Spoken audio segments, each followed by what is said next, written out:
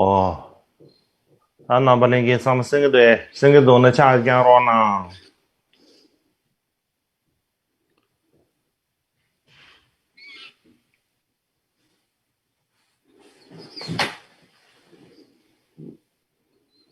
His Holiness is asking if anyone can see him.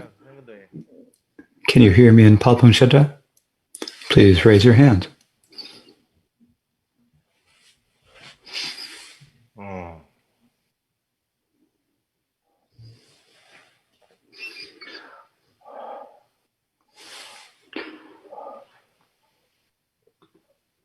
Okay. I think maybe some don't hear because they aren't raising their hands. Anyways, but there's nothing to do.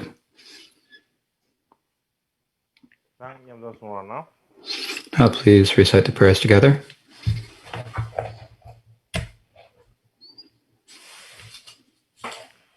Zangye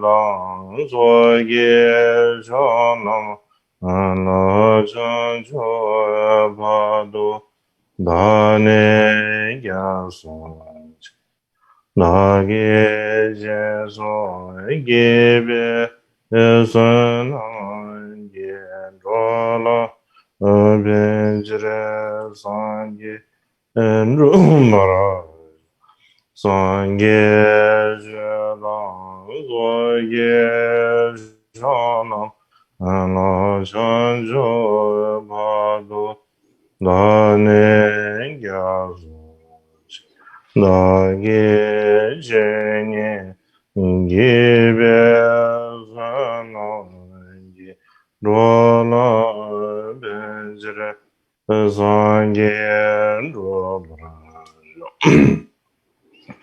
참스 와다 죄게 잡아 노제소 예라 그제서 예와 조세 나에게 제사 반함제야나게 전조의 제와 사제 bü지 조제면도 자르르리지 년대게만데 상예신도 메데베와 아예로그난다 제나제브라 senje sambo avanoi jera jeta jejon de mon deva ayeshige polo gorodo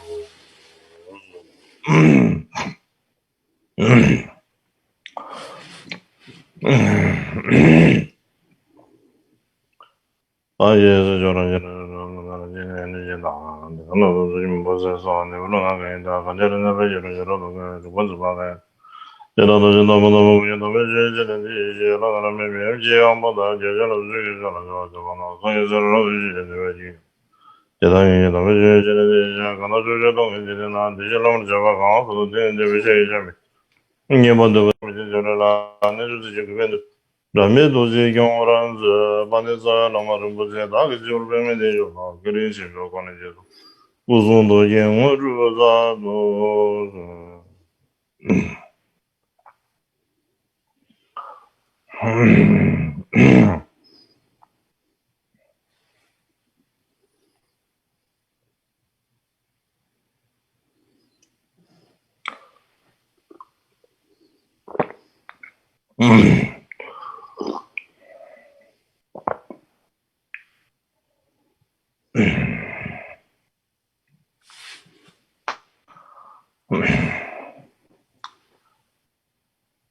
First of all, I'd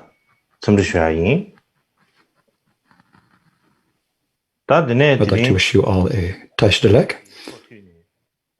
And so today we will continue speaking about the topic of Gampopa's life.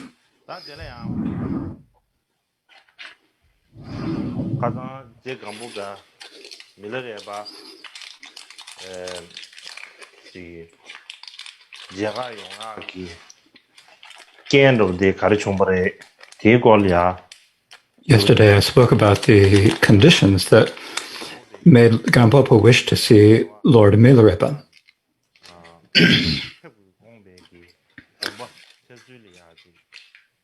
So in general, the life stories, the liberation stories of Gampopa give two different accounts of how Lord Gampopa came to have the intention or the wish to see Milarepa. So the one is as I described yesterday, and the other is as described in Dusin Khenpa's dialogues with Gampopa. And that says that when Gampopa was in Pempo, that he met the three beggars, and that seems a little bit more likely.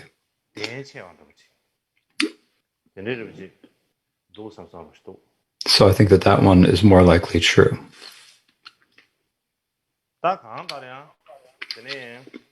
In any case,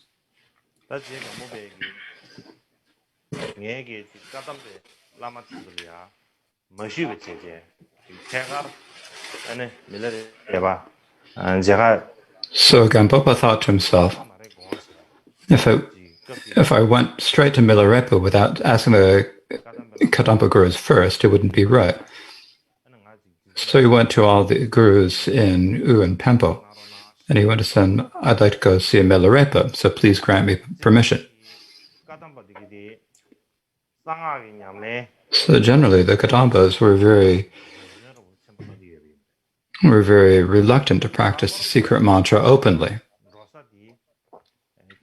And in particular, he was going to a place where there were tantric householders.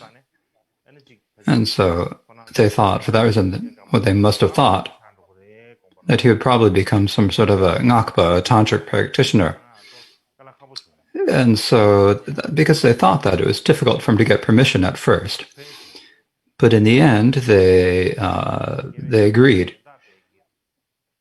And so the teachers at Gyayundak said, Milarepa must be a siddha, so take the teachings Dharma with them, but bring them back to us. But do not discard these Kadampa robes. We've all gotten old. And so we're getting close to death. So you absolutely must return. And so he said, and they also gave him a gift of provisions for the journey. Generally,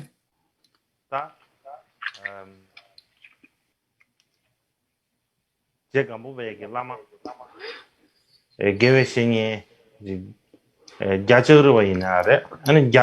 you think about the teachers of Gampopa, Gyachadagwa, Gyayunda, the reason why they were all called Gya is probably because they were from the Gya clan, so they were called the Gya. I think that's what some people might think that means that Gya might mean some Chinese. Some people that means that they're from China.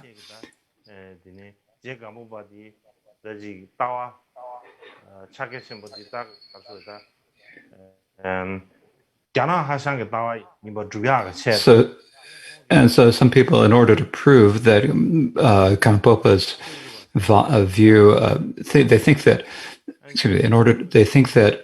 Gampopa's view of Mahamudra is a view of the Gyana Hashangs, of the Chinese Hashangs, and so in other words, they say that his teachers were all called Gya,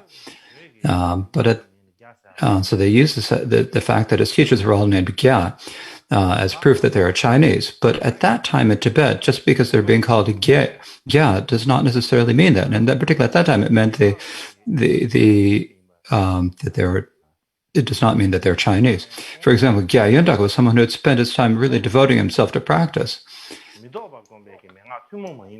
And so he actually gave Gampopa the instructions, particular instructions on non-thought from Je Gampopa.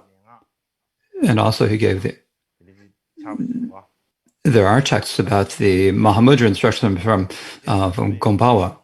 Some of Gampopa's later way of teaching Mahamudra. So Gampopa's way of teaching Mahamudra and Gompawa's way of teaching were pretty much exactly the same. So I think probably from Gyā Yundak, he probably received the instructions of Gompawa's Mahamudra instructions. So I think Gampopa must have received those from him, from Gyā Yundak. In any case, Lord Gampopa asked for permission from the Karmapa Lamas, and he went with his friend Gongchen to in Tibet.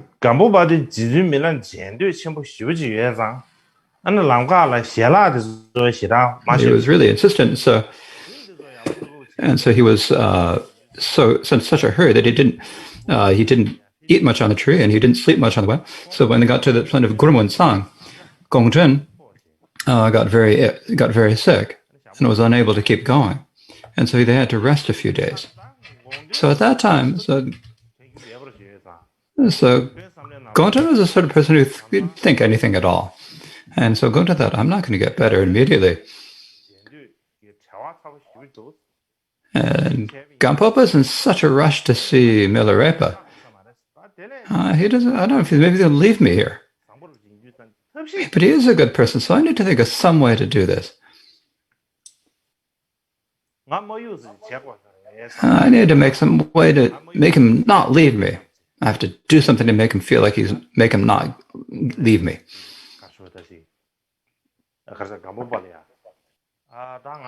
And then he said to Gampopa, "Oh, it's going to be difficult for me to get better quickly. I probably won't die, but if this creates an obstacle for you for your Dharma practice, that wouldn't be good. So you go ahead. When I get better, I'll follow along." So that's what he said. And when he said that, so Gampopa thought, he must have really thought that, a friend should be exactly like you. Not you getting here and we're together, and not sad when you're apart. So that's great. Thanks. And he gave Gongchen all the provisions except for the gold and tea for offering to Milarepa, and then left. Gongchen had spoken so boldly, and he didn't dare say, "Don't leave me," but in his mind he was extremely disappointed. He abandoned me when I was sick and ran off, he thought. He was so disappointed. I'm going to show him. And so when he got over, for instance, he didn't go to Tur. He didn't follow Gu, but he went down to Med, to Kan, the region of Kan. He gathered a lot of offerings. And so stories later, when Gampo was in Sewalung, he brought, the long Tibetan bricks of tea, the long Tibetan bricks of tea, and horses and donkeys, and he made a big show of it when he came. So there is that is recorded in the histories. So how did Gampopa's travels to meet Milarepa go? When he was on the road, he met some merchants, and he traveled with them for a fortnight. And they came to a place that was about 2.5 days' journey from Milarepa, where Milarepa was staying. He suddenly took very ill and collapsed in an empty plain. He was unconscious for half the night, and he almost was unable to regain consciousness, about to pass away. And then when he eventually recovered his senses, he looked in the direction where Milarepa was said to be, and prayed to him. And this helped him get a bit better. So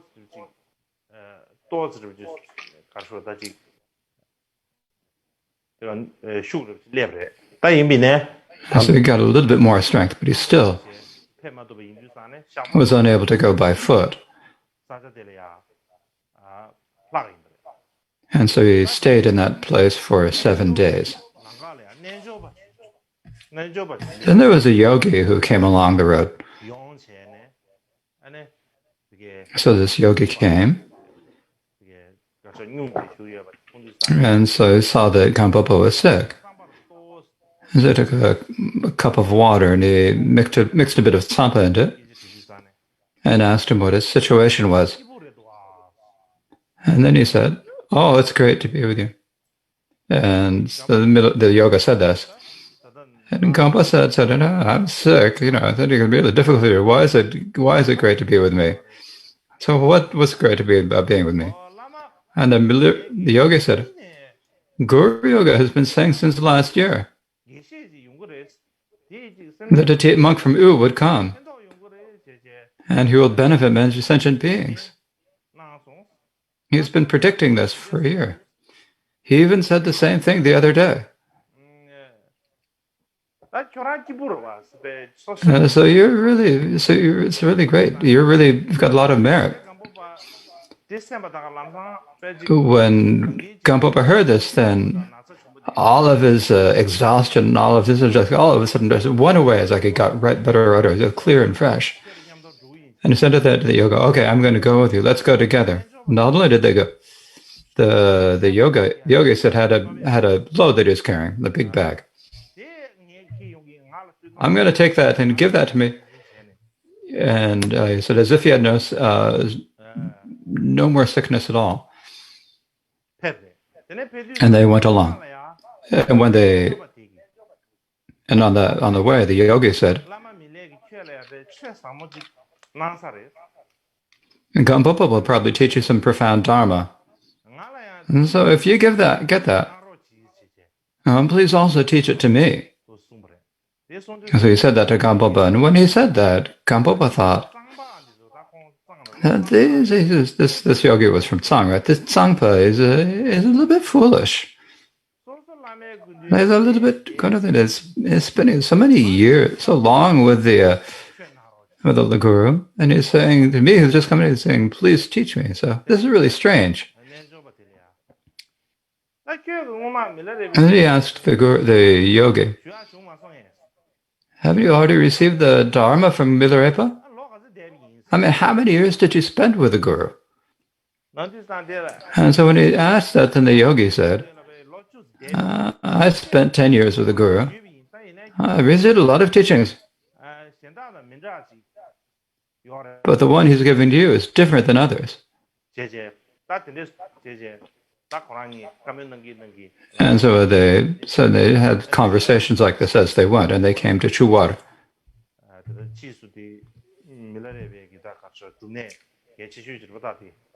This is later they built a monastery that was a great place where Milarepa practiced. And so that yogi he just disappeared. Where he went, Gampopa had no idea where he'd gone.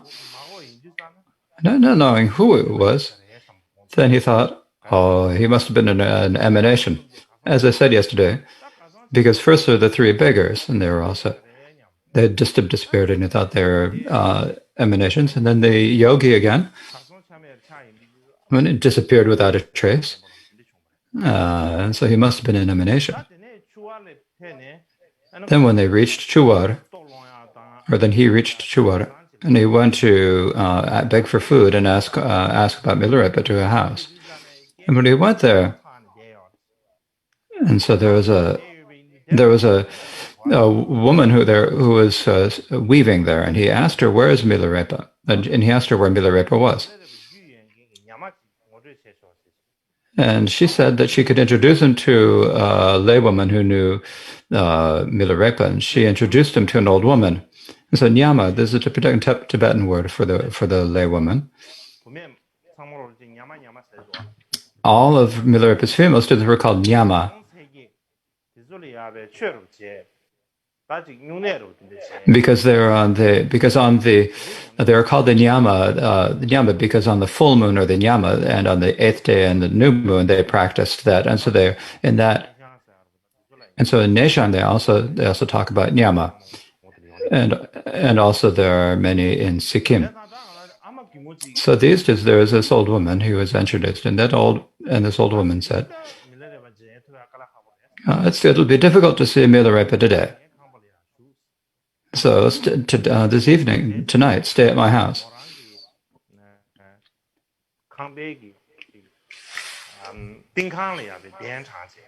She brought him upstairs into the house and gave him food.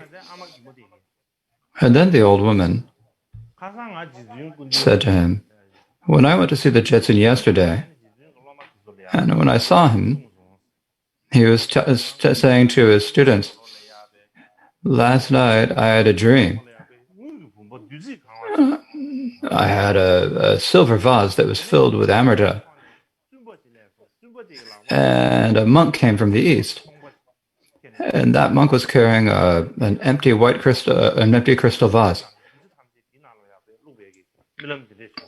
And I dreamt that I poured all of the amrita from the silver vase into it. So now that now the father's getting old, and I'm going to have a good son, and that son will make the teachings of the Buddha shine like the sun, and he will probably benefit infinite sentient beings. And so whoever it is who brings him to me, that person who brings him will not need to experience the lower realms, I promise, he said.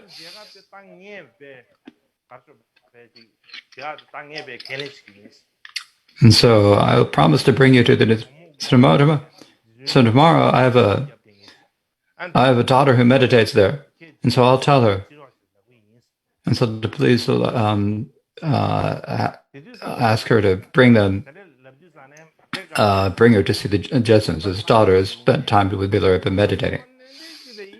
And then Gampopa then thought to himself, the way the Lama has been predicting me, I really must be a student who's an appropriate vessel, really receptive. So now I probably won't have any difficulties meditating on his instructions. And so he began to feel a bit proud. He thought, now I must be something. And so when he went to see Milarepa the next day, then Milarepa knew that he had begun to feel a bit of pride, and didn't let him in, and just forgot about him for half a month. And so after a fortnight or so, and one day, a message came that the guru said to come. And so immediately Gampopa went to see Milarepa. And so at that time, Gampopa was 31. And in terms of the year, it was 1108. The other day I spoke incorrectly. I said he was born in... it said, so Spurgeon said, sometimes I have trouble reading them. When I was young, I didn't study math. I studied a little bit of math, but everyone has said, what point is there for monks for lamas to study arithmetic and math? The stewards and the nyarpas will take care of that. And so nowadays, and so because I didn't study, I have trouble reading the numbers. So basically, so this means in any case, in 1108, when he was 31. Jetsun Gampopa met Milarepa in Tashigang in Jin. So Jin is the name of the valley, and Tashigang is a place. And so Gampopa had brought all the gold and tea to offer to Milarepa, and he offered them, and he prostrated many times, and Milarepa said, gold doesn't agree with this old man's mind. I have no stove to boil tea. Instead, use this for your own provisions for your tea. So gold doesn't agree with this old man, you understand, right? So I don't get along with it. I don't even have a stove to boil the tea. So you use it for your own, to support yourself. And he gave it back to Gampopa. Then Gampopa joined his hands in prayer and supplicated, said, "I've come from a long way, and so please accept me with compassion." Milarepa replied, "You haven't come that far. People come to see me from Kham in India and other places. So actually, what is your name?" And at that time, Gampopa replied, "My name is Sunam Rinchen." Sunam said, Sunam, merit. Merit, you come from the great accumulation of merit. You are a jewel, a Rinchen for all beings. He said this for all beings. He said this 3 times.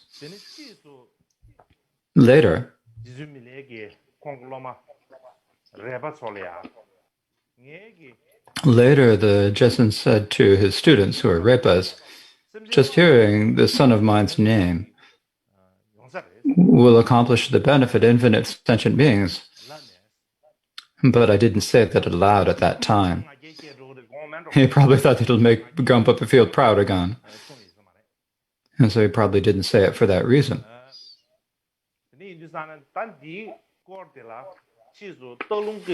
So later, there's the founder of the Talung Kaji, that Talung Tampa said, this tradition of ours has two lineages: the lineage of Siddhas and the lineage of Buddhism. So from Gampopa is Buddhism. So from Gampopa on, it's a lineage of blessings, and then before that, it's a lineage of Siddhas.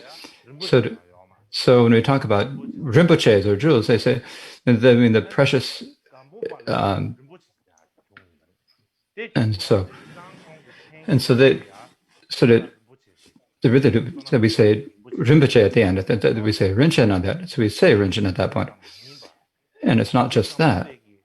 So Gampopa, when he blessed his students, traditional students, so that they could easily realize Mahamudra, and he had this particular quality that he could do this. And because he was similar to a wish-fulfilling jewel, he was given the title of Rinpoche or Rinchen. And this is a really very closely, fits very well with Mipa saying that he was like a jewel for all beings. And so then he went to Ding Chuar, and Gampopa also went down too. And so he made a hut out of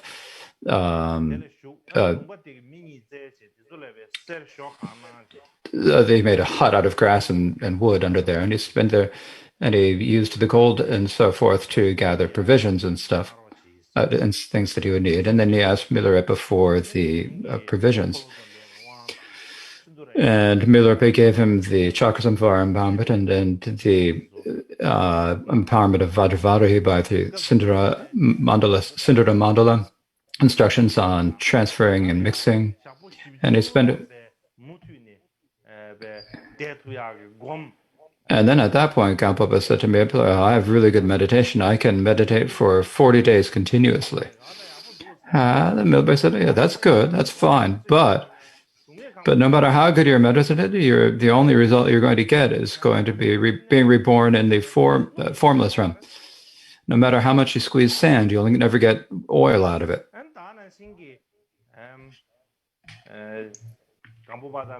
Likewise, Gampopa and Milarepa were talking about had a conversation about Kadampa and the Tantra.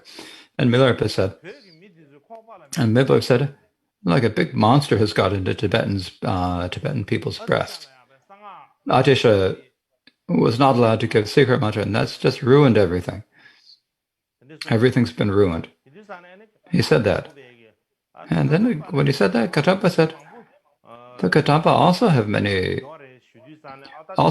Tibetic branches. And Milarepa said, those may be secret mantra, but they aren't pith instructions. And without the pith instructions, you won't achieve accomplishment.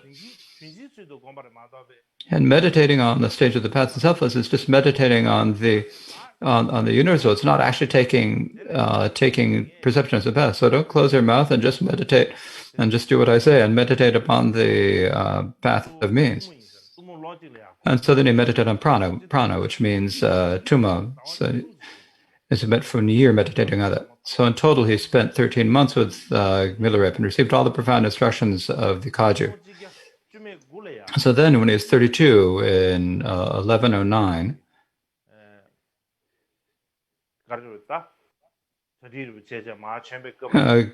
Gampopa prepared to return to U in central Tibet. And Milarepa accompanied as far as a small river where there is a small stone bridge. And he said, I'm not going to cross that river. There's like an important point about interdependence here. And so now you and me, the father and son, sit down and have a little conversation. So they sat down and he gave Gampopa, he gave a marabelin fruit and a flint and steel to light fires. So in the past, when I had difficult times, and there was a time when I had trouble developing practicing, and at that time, I had through these instructions, I had developed experience and realization. And so at this time, you have difficulty in the future. You'll need these instructions. And so then he gave Gampopa the pointing out on the inseparability of prana and mind. And so that instruction on the pointing out of inseparability of prana and mind, it was passed down from Gampopa.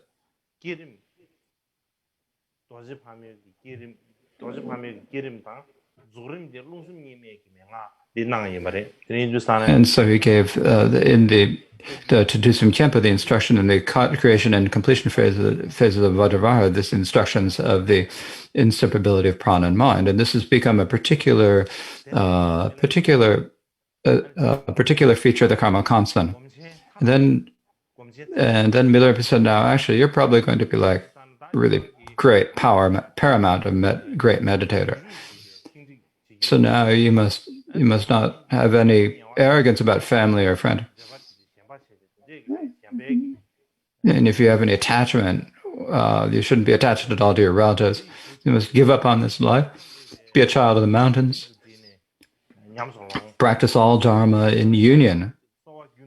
And I'm an old man, but continually pray to me. In particular, do not associate with people who have great desire or great hatred or great delusion, because the reason is that they're going to influence, their stains will affect you. And wherever you go, like a wounded animal, be careful and do not let your mindfulness decrease. And in your conduct, be peaceful and subdued. And I should always be very patient and forgiving. And no matter who you meet, please get along with everyone. And also be very clean, but don't think too much. So whenever you can, keep to silence, don't speak a lot, and you need to stay in strict retreat. Even though you realize your own mind to be a Buddha, do not abandon the Guru. In actuality, there's no accumulation or purification, but gather even the smallest accumulation of merit. And so though you realize karma and results have no truth, avoid even the smallest misdeed. Though you have no experience of there being no post-meditation, do the practice of sessions and breaks. Even if you understand yourself and others to be equal, do not denigrate the Dharma individuals. And so in this way, he gave these really important points of instruction. So you must come to, on the 14th day of the horse month in the year of the hare, you must come down to the area between Jun and Yenam. And so he said this, and then he also made the prophecy about the place of Dalha Gampa. So then Gampopa at that time said, precious Guru, you said a while ago that you had a profound instruction that you would give me later. Now please give it to me. So now please, I'm about to go, so please give it to me, right? And so he asked this, and right, and when Milarepa, I said, what the instruction is, said, Milarepa, it's been so long practicing. There's his buttocks. So if we don't And so it had been covered up with calluses. It just totally filled it. It was like a monkey's bottom.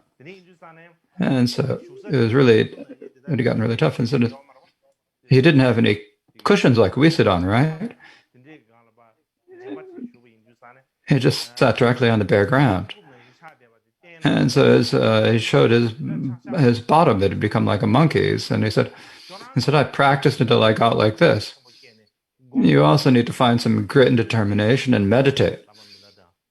And so in this way, he was parted from Milarepa. So after Gampopa met Migelis, he once again went to U. The Karmapa gurus before had told him that he said, you're going to go see Milarepa and get the instructions, but don't give up your Karmapa robes. And so as the Karmapa said, he wore the hat and the robes and the shoes as taught by the Kadampas. And when he went to them, and he went to see the Kadampa gurus, and they were very pleased. And particularly the Geshe-Trepa and Geshe-Chayu were very pleased. As I mentioned, Geshe-Trepa, as I mentioned, he met him on the so some say that he met him on the way to his place. And some place that he also went to Geshe Nyurumpa. And at that time, Nyurumpa said to him,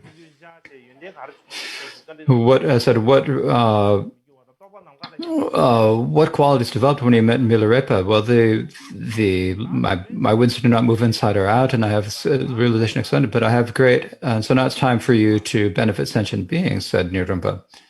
And so, but Gampopa said, I'm not going to have a long life, said Gampopa, but the Japanese have predicted it, so it's better for me to practice. And Nyurumpa said, you don't need to worry about that. I have the instructions for a long life, and gave him the empowerment of White Tara. But when we look at the lineage tradition, the empowerment in the Karmapa tradition, it says that it's passed down from Geshe-Trepa, but it does not say that it's from Geshe Nyurumpa. So at that time, so if we think about, if we look at Dusun Khenpa's instruction dialogues, he says that he met Geshe-Trepa, but not Nyurumpa. So we need to look at that at them. Then he also went to see Gyal Yunda. When you met Milarepa before, and you've come back, I told you to give you the Dharma. So now please give me all the instructions you have. And when he explained the wizard and how he developed meditation, and then the Gyal Yunda said, Blessed, oh, this turned out really well for you, so I think I probably also need to go see Milarepa. And so he also said that. So this also occurred. And so also he went to Geshe Chariwa, and he received the teachings that he hadn't yet listened to.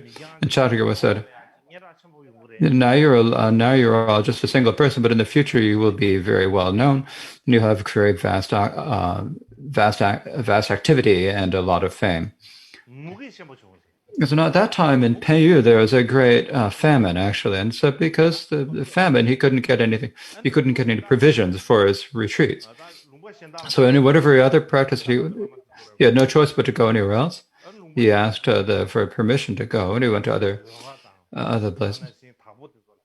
He went to Takpo and Soga, but he didn't receive any provisions. And in the end, he went to his own homeland, and when he went there, there's a place called Sewalung, that the really pleasant place where his mother was born, named Sewalung.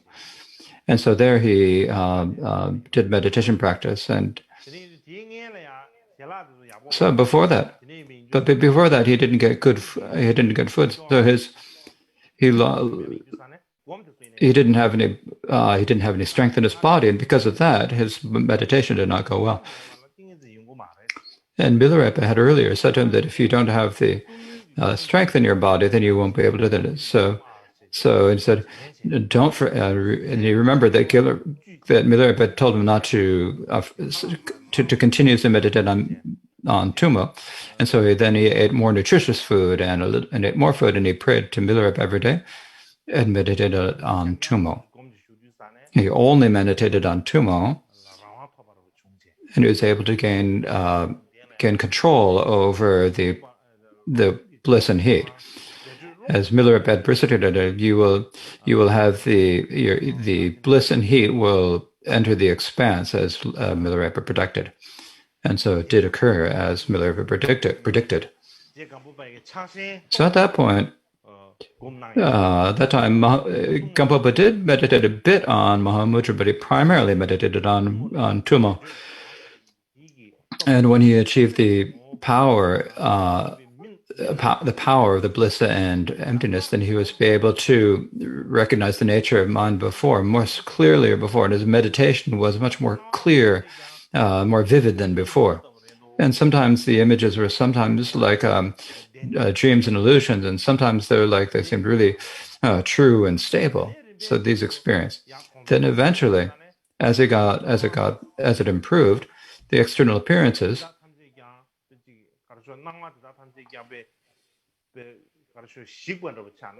It's like they all just kind of fell apart. All the appearances they just fell apart and dissolved into the nature of the mind. He had an experience like this as well. The mind itself sort of became like the nature of turned into meditation. Like everything was just conceptual projections, and so the thoughts are just like they come spontaneously. They're like travelers, and so he had this sort of great emanations that showed in their mind.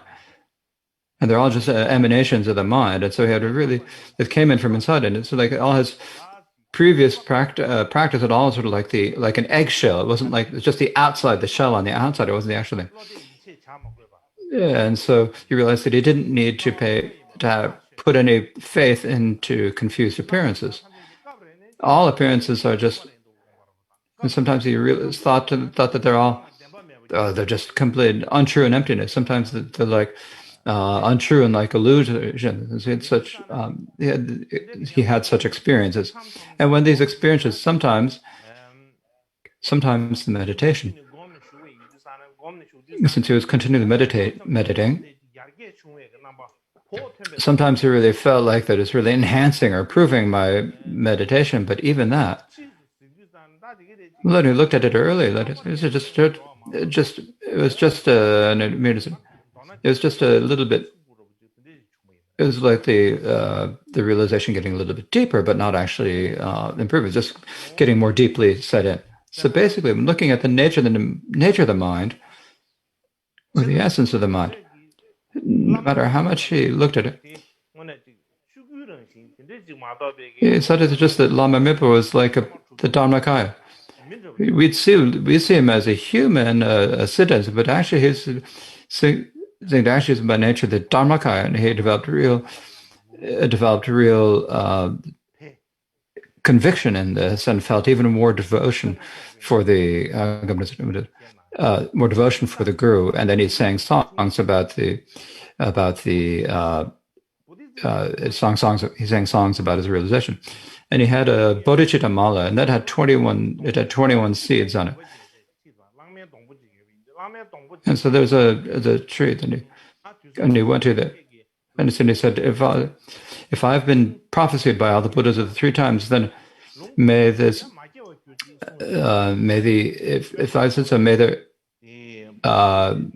if this is true, may this bodhicitta, grow into a tree, and by the power of speaking these words of truth, then it grew, and it grew a bodhicitta tree, and that tree is, and they say that you can even still see this old tree. And so basically, Seva Long, he spent 6 or 7 years practicing.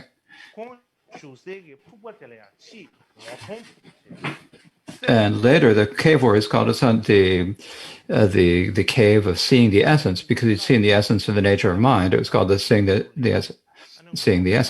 And so in the 7th Karmapa Achure Jatso went to Seva Long, he went there and he saw this cave of seeing the essence. So there must have been the cave there. So generally,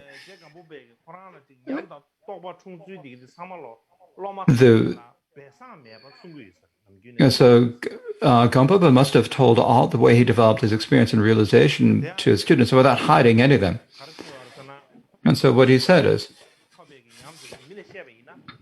if he had told the experiences of developing shamatha, would have harmed people. But when he achieved realization, that generally when you talk about insight, if when you talk about realizations, it's harmful to tell them to people. But Gampopa realized that telling it would not harm them. And because he realized that it would help his students, he taught it without hiding anything. So how is it that we know about his realization and so forth? It's because he had told them to all students, and so therefore we had received them. And then when he was 39, in 1118, he went to Ulka, and he spent 3 years practicing there.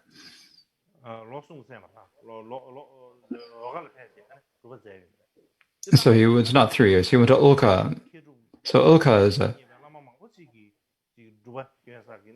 is a place where many learned and accomplished masters practice.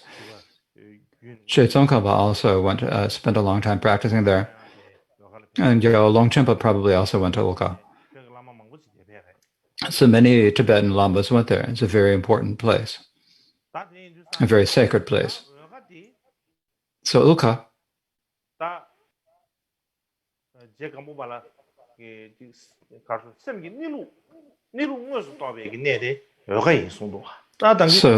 is the place where Lord Gampopa actually realized the nature of his mind. So Ulka is where he actually realized the nature of mind. As it says in Palmadrupa's supplication to the liberation of the Guru, when he stayed in Ulkar, he realized all phenomena, like dreams, are untrue. The unelaborate became manifest. He said, "This is my last birth. I prostrate to you, Lord of the 10th level." And so it says, as Palmadrupa said, the place where he actually realized the nature of mind was there. Also, Gombotsutu Nimbo, who's one of Gampopa's nephews, says Godun Simbarat. The place where he first met Lord Gampopa was in Ulka. So one day there is Gombotsutu Nimbo. So this is so the uncle was Dapodim and his two nephews. So he's his older brother's younger son. So Golden Simba went. And he said to Gombotsutu Nimbo, I'm a bodhisattva in my last lifetime, but don't tell anyone else because they won't be able to understand it, and they'll gather misdeeds. So it's like a sign of his realization.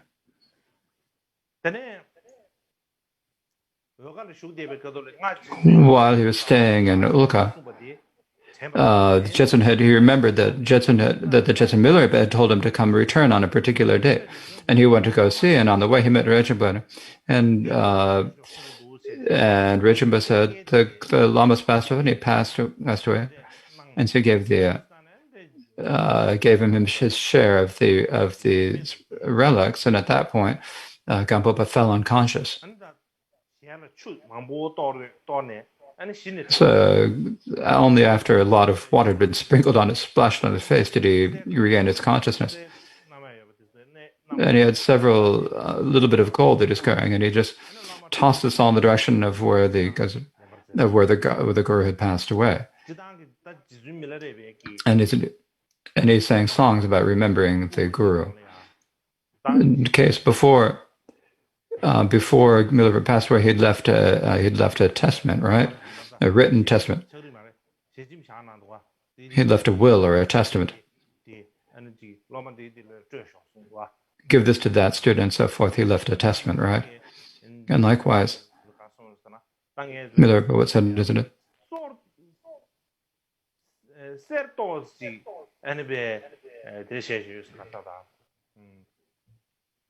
I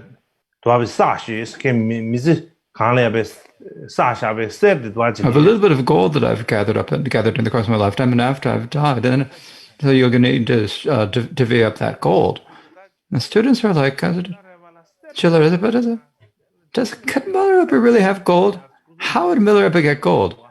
They're all talking about this, and later, They go to the place, they dug up the place where he said it was. There was no gold. But there's no gold, but there is a piece of sugar, a cube of sugar. And then he'd written, next to that, he had written something. It said in this.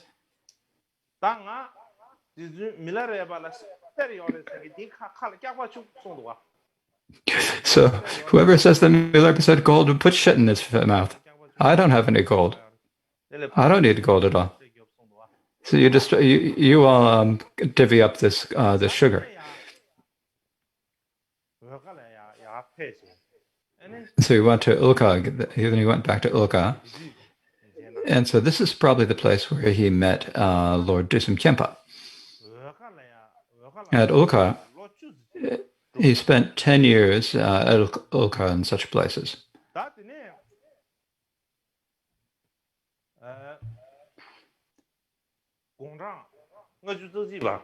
Then when he was 51 years old, in 1128, he went to Dahla Gampo. And when we went to Dahla Gampo,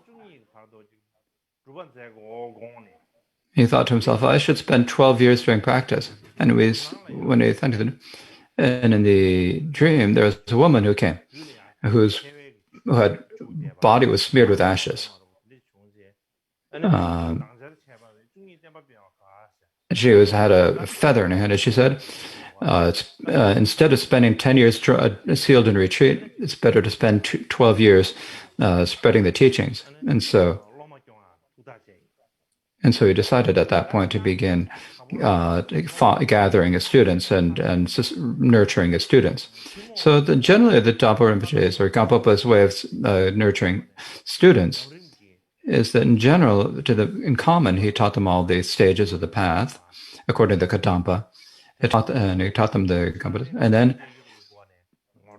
then he would teach them the Sutra Mahamudra of the co-emergent yoga. And then for the particular students, he would teach the path of means, of mantra.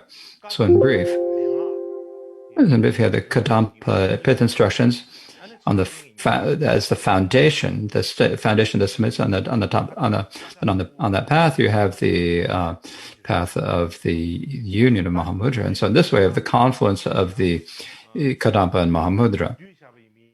And if we combine these all, the summary of this all is in the four Dharmas of Gampopa, which we will discuss starting from tomorrow. And so in brief, Gampopa himself had great experience and realization and blessings. And his students,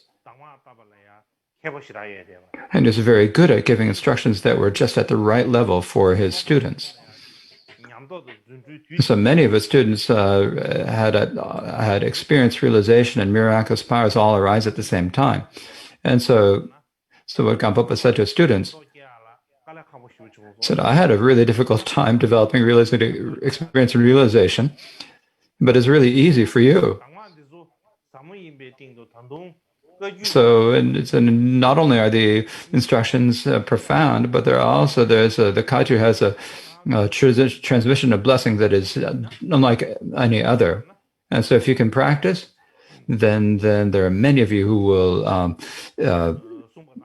start down the path towards liberation. And so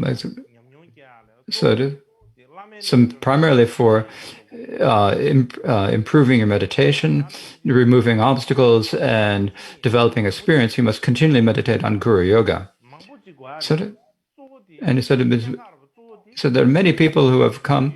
There are many characteristics from a guru, but the main one there's only one that you need, and that is devotion for the guru. And so in this way, he'd be able to bring an untold number of students to the ripening of liberation.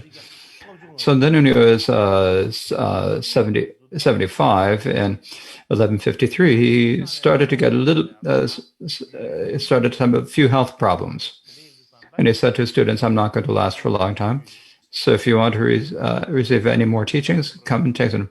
If you have any doubts or questions, please ask questions.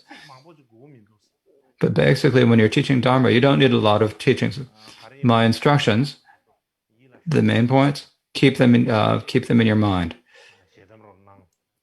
And so he gave this instruction, and then before he passed away, he said all the students he came, he primarily taught them only Mahamudra. And then Gomsul is like the primary on holding up his lineage was Je Gomsul, and so Je Gomsul was so thinking about please leave a testament for students in the future. When Gomsul made that request, then the main testament, there are many, but of course the main point there is any student or any individual who has not met me,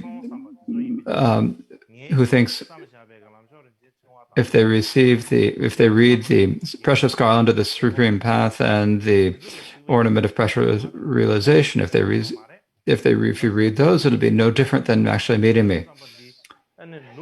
So the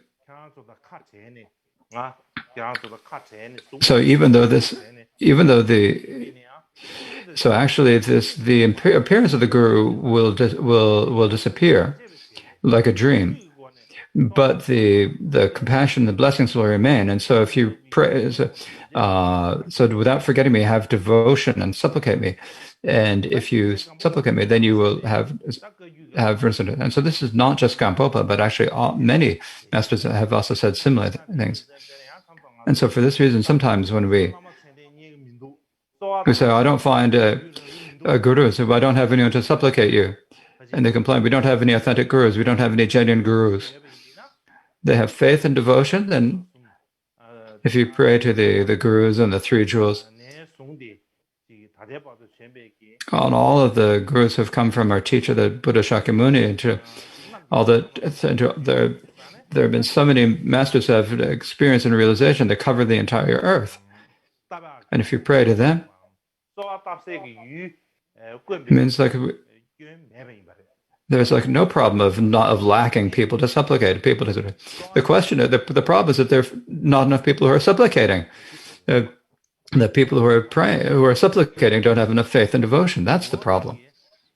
So in that year, on the 15th day of the 6th Tibetan month, when the sun rose, Je Gampopa passed away. And Je Gampopa had many students who had achieved siddhas, and among them, the most famous were the four disciples who are the four siddhas, also the four who upheld the lineage, the four close sons, the four who stayed in his presence, and the two special siddhas, so the 18 siddhas. But those who had the greatest activity were the Gompa Tsotrim, who was one of his two nephews, Dogen Pamo Drupa was the second, Barum Dhamma Wonchuk was the third, and the Siddha Kampa Use, or white-haired Kampa, or Dusun Khenpa. These were the four with the greatest activity.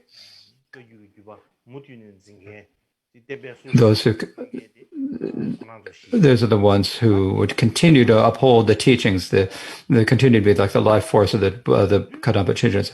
So now I've given a life account of the life and liberation of Gampopa.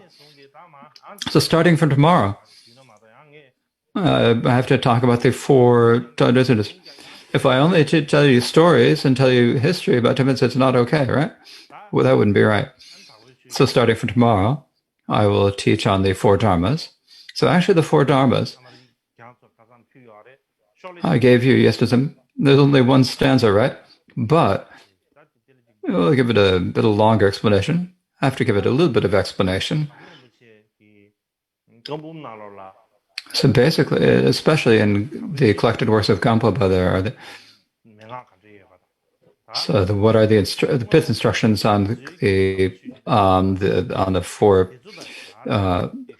dharmas, and that are in the works of the actual disciples of Gampopa. So if I combine all of these and teach you, then I'll do as much as I can to teach you about the four dharmas of Gampopa. So thank you very much.